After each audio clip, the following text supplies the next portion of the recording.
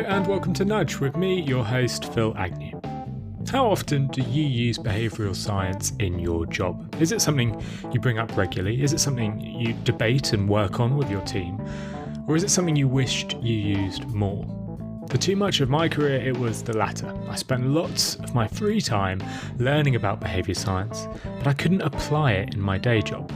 I'm not 100% sure why this is. It might have been because my team didn't have the same interest in behaviour science as me, or perhaps I just wasn't confident enough to test it out or too worried that I would fail. Speaking with others, I hear this come up time and time again. So many of us love learning about the biases that dictate our decisions, but all too many of us struggle to apply behaviour science in our jobs. To help, I chatted with Melina Palmer, founder and CEO of the Brainy Business podcast and all-round behaviour science expert. Melina has helped dozens of companies apply behaviour science. Her podcast, Brainy Business, talks through how major companies leverage nudges, and her brand new book, What Your Customer Wants and Can't Tell You, is a real treasure trove of insight on how to apply behaviour science. In this episode, Melina will share her top tips for using behaviour science in your business, and I'll share my failures and successes from using nudges in my day job. To kick off, I asked Melina how she starts applying behaviour science when she's working with a business. Well, I think it's important to understand first gravitas of the brain and how it actually works, where it would be nice to be able to say, here's this one concept, it works every single time, go do it, but nothing really is that simple. However, when you have a handle on how the brain works and some of the things that can be coming together and what it means to be communicating with that subconscious, then you have the opportunity to start putting together some tests. We start with framing because it's something that anybody could just start, just change up your language a little bit and start doing a tiny test of, instead of talking about the, meat being 10% fat, you talk about it being 90% fat free and you see what happens. Or instead of saying that you have 78% of customers buy again, that you say 4 out of 5 people buy again, and just see if it's more influential to the people that you're talking to. You can really do that very easily, and you can spot it in different ads or communication and think, what if I said that differently? How would that have hit my brain in a different way? So funnily enough, priming was one of the first things I tried when I joined Hotjar, the company where I do my day job. I joined them back in January, and when I started, my team was tasked with improving the website's conversion rate. And we really had free will to test out whatever we wanted. I could have tested a number of different biases and nudges, but I wanted to start simple, so we focused on framing. We decided to improve the product page on the website. Now, this is the page that explains what Hotjar does. Previously, the product page on Hotjar's website was very technical. It highlighted the specialized benefits that Hotjar, the product, offered, and got into real technical language about how it worked. We decided to change the framing, moving away from technical descriptions and instead focused on the user benefits. So previously, the copy would state something like, heat maps aggregate mouse movement on your site. Really technical stuff. So we changed that to discover what part of your site attracts attention, more benefit-led. We changed a bit of copy which said heat maps split by device types, and we changed that to compare engagement on mobile versus desktop. So simpler language, but also just highlighting benefits. And this reframing, it really worked. The A/B test revealed that the new copy grew conversions by 2.32%, a really significant improvement for a page that's viewed by thousands of people each day. So simply reframing your message to focus on benefits over technical descriptions can have a real effect.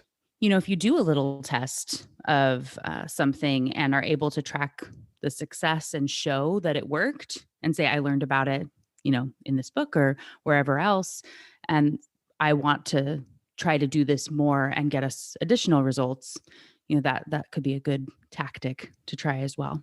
I think this is a crucial point. Running a test to prove that applying behavior science can work is a necessary step in helping you get up and running. These tests don't need to be complex at all. At Hotjar, all our tests are really fairly simple A/B tests. We put both versions live on the site and wait until one version has statistically relevant results. For pages with lots of traffic, this takes no more than a couple of days. And once you've seen success, you can start to roll out behavior science principles to other parts of the business, like this example from Melina's book. Someone in India that reached out about something they had done with their sales team. And it's a type of thing you've heard, I think, before, but being able to say they've done before that you get if you meet your quota, you'll get a bonus. It's like what everybody does. But at this, they decided to have an event and they did handed out the big checks. And I think it was something like 30% of people met their goals when it was done in the traditional way. And they instead then tried it this particular one. They gave them a big check by saying, we've put the money, you have your bonus now. And if you hit your goals, you get to keep it, triggering that loss aversion. And it was over 70% then hit their goals when presented in that way. So just a slight shift that made a difference. I also really love, and I did talk about it on my podcast a little bit after that because I couldn't help myself, but Aline Holsworth and the team at Pattern Health, where they've been using like a Tamagotchi little animated character to help people stick to their diet health goals, like to take your medicine and thing. And you have a little turtle who they have named Virgil. And so Virgil, the turtle, celebrates with you or like hides in his shell when you're going to miss a goal.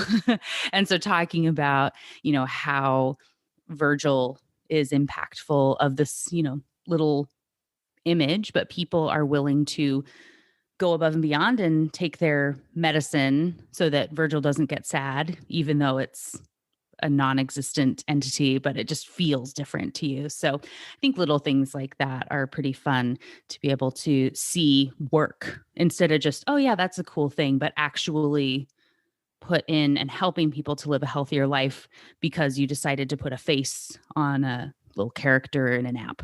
What's interesting about those examples is they both combine multiple different types of behavioural science principles.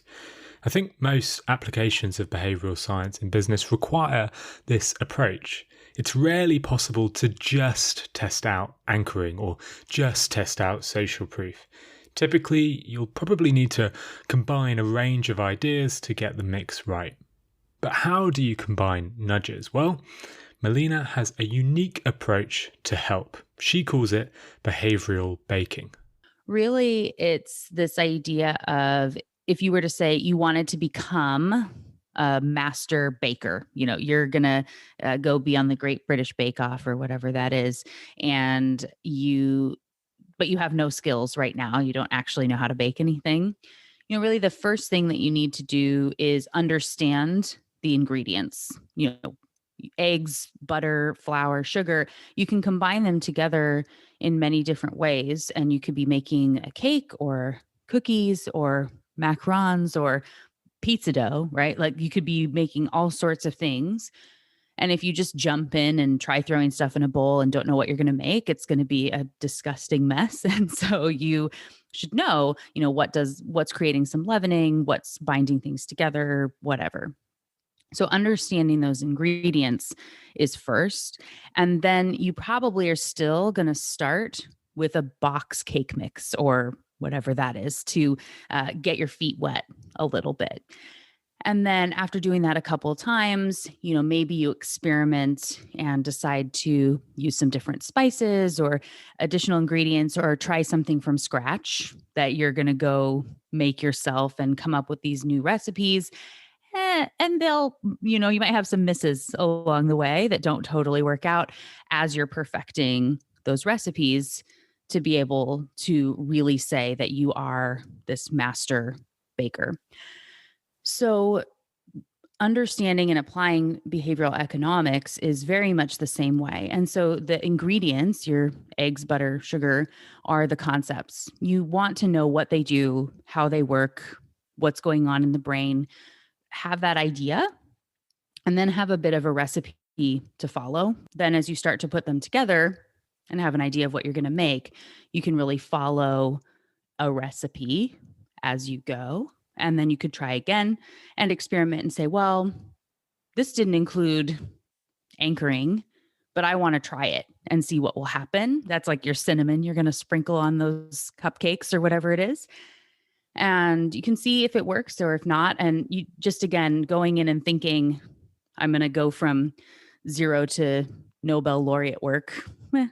Maybe it's going to be setting up to fail a little bit, but picking some of those small things to start with. After getting success with our first experiment at Hotjar, we had the confidence to start mixing nudges. So I took one of our most visited landing pages and applied a range of different nudges to try and improve it.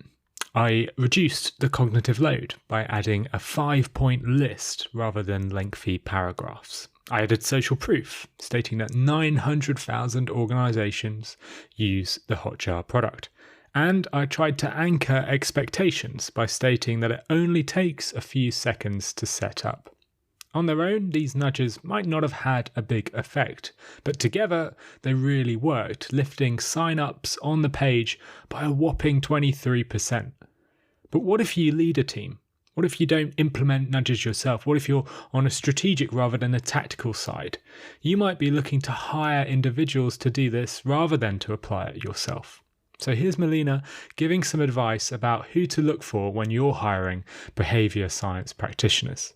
I think that it's important to look for people who are natural questioners and also that are ready to tackle the uphill battle that may exist in defending something that's very new to everyone else in the company. So someone that can come in and when the CEO or whatever says, well, we've always done it this other way, that will stand ground and say, totally appreciate it. And we're doing this in a new way intentionally. And how can I help us get there? Right. But that can have a good balance of internal communication skills as well as the knowledge of where you're going. There's a lot in that outward long-term strategy as well as a good knowledge of the science that is not going to lie, it's hard. There's a lot of a unicorn search, I think, going on for some of these. And being able to have good interpersonal relationships, plus that scientific knowledge and a desire to learn and grow with the team and can see where you're going and staying on track. Anyone who is in a role like this has a tall order. Another thing Melina's certain about is that applying nudges doesn't always have to require a big budget. If you don't have the money to hire a team, that's really not a problem. You can start small. Here's an example from Melina's book where a cost-free change had a major impact on sales. I had a small business that's featured in I think it's in the Truth About Pricing, where we're talking about, she owns a jewelry store and piercing. And just in reframing the way that she presented information, was able to more than double the average ticket price of what people buy.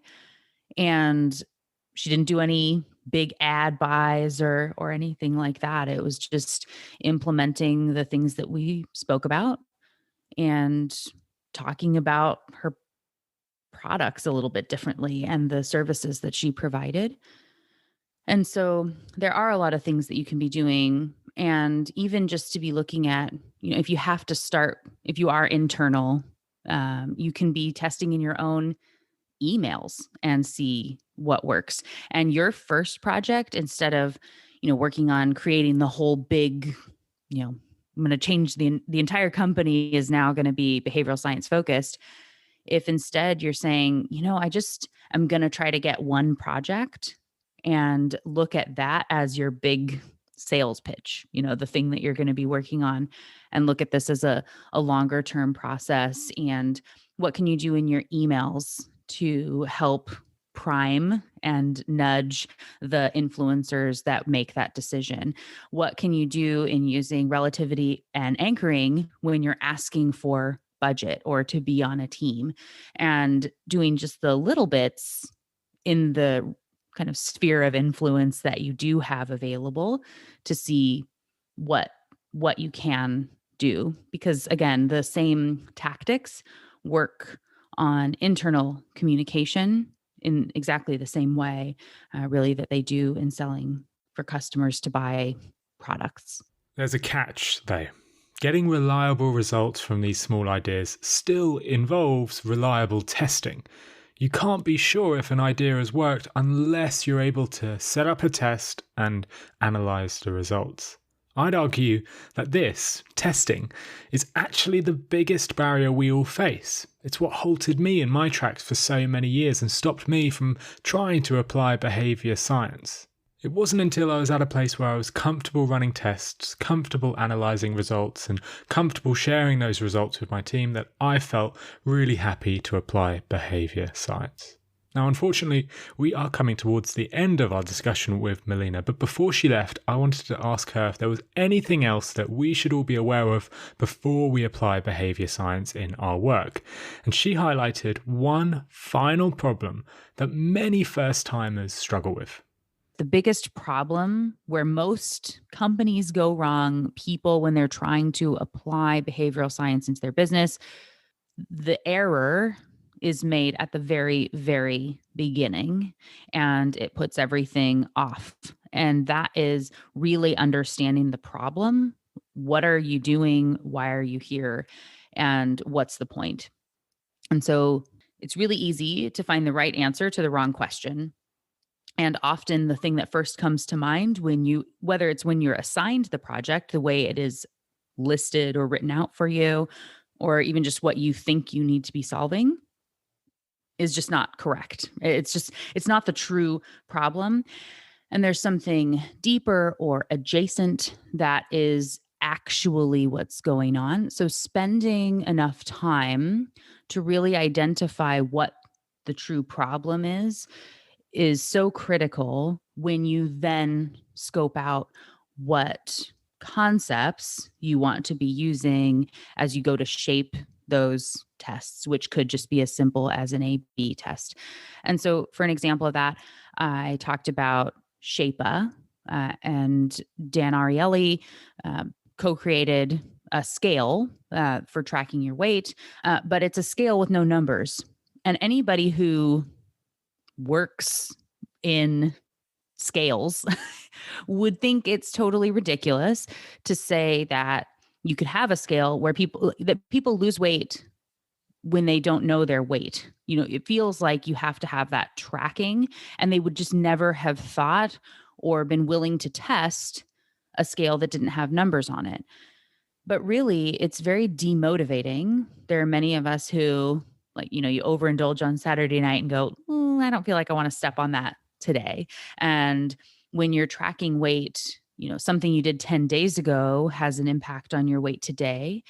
Individual weight fluctuates 2 to 8 pounds per day for everybody, which is significant. And even if I ate nothing but salad and went for a run yesterday, I might be up 3 pounds today, which is depressing, and you don't feel good about yourself. And then you go eat some cookies or whatever.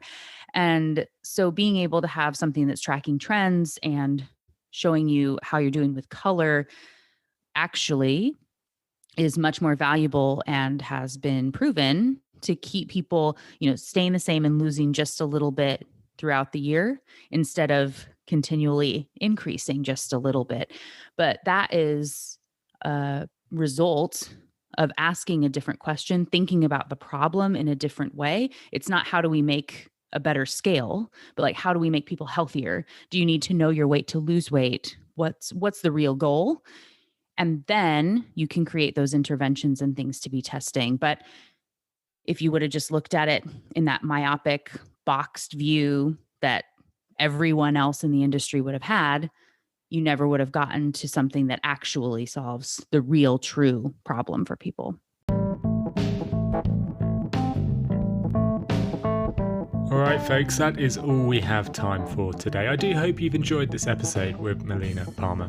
We've covered tips for starting to apply behaviour science, why an A/B test is really your best friend when you get started, and why you don't always need a big budget to get your ideas off the ground. Now, if you've enjoyed this episode with Melina, you'll no doubt enjoy reading her book. So as a little gift for Nudge listeners, Melina has made the first chapter of her book available for free. So to give it a read, head to thebrainybusiness.com, all one word, thebrainybusiness.com/nudge. And there you can download that first chapter for free. And if you like it, you can then go and check out the book. If you want to do that, the link to buy the book is in the show notes. And there's a link to Melina's podcast as well. It's all in the show notes, so go do check that out if you are interested. Okay, that is everything for this week. As always, do feel free to get in touch with me. You can email me. I'm Phil with 2 L's, at nudgepodcast.com.